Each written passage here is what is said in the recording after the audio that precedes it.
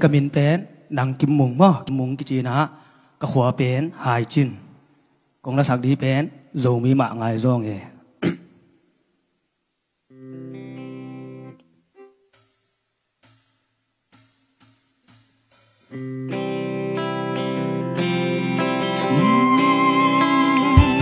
cầm nun đoán trên ra ta qua ghé xin gam lấy các cal dòng hi làm chi ký sung mi ra lại cái liang dòng hi tiền na y dâu gam lấy xa anh nuam gió ôm lâu thì hi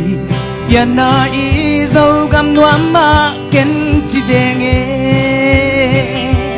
tiền gam lấy sinh ta luôn gan tân sinh bằng hong tê lâu hồ nếu xem pia linh thế lâu tê xa nhưng dù ai xa tộc cặp quan na lùng đây dây là có ai khó pi biển pi lại dòng dâu mi tê mà ngài gió nghe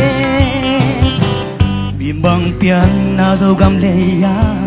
kim pi qua tao muốn xoang bằng nhìn kể cầm hoa nga sim sinh bằng nhìn kít lại về đầm tươi bằng kê cần loang loang dòm đinh dâu xoan vốn tôi tang cần lao lâu lại tiền gam lấy là sinh ta luôn cam tân sinh bằng hong tệ lâu hồ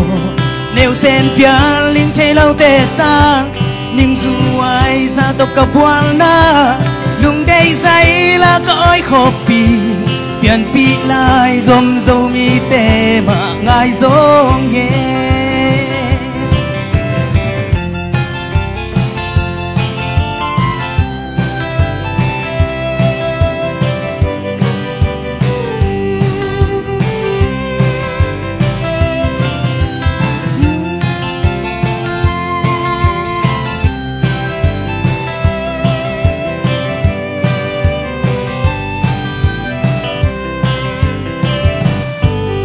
bằng pian na dâu gam lê ya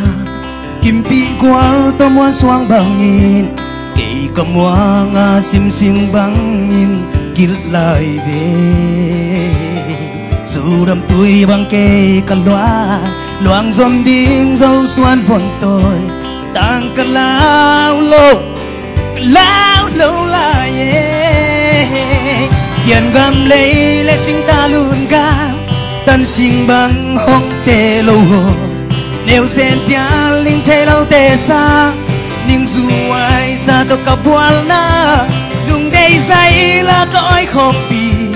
tiền pi lại dòm dâu mi tê mà ngài gió nghe tiền gam lấy là sinh ta luôn cam tân sinh bằng hong tê lâu hồ nếu sen pia linh thế lâu tê xa nhưng dù ai xa tộc cặp quan na lùng đây dây là có ai khó pi tiền pi lại dòm dâu mi tê mà ngài gió nghe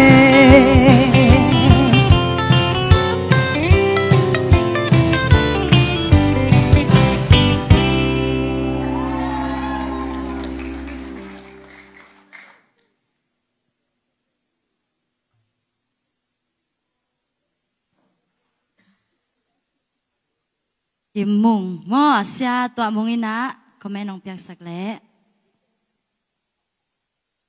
kim mùng ôi tọa mùng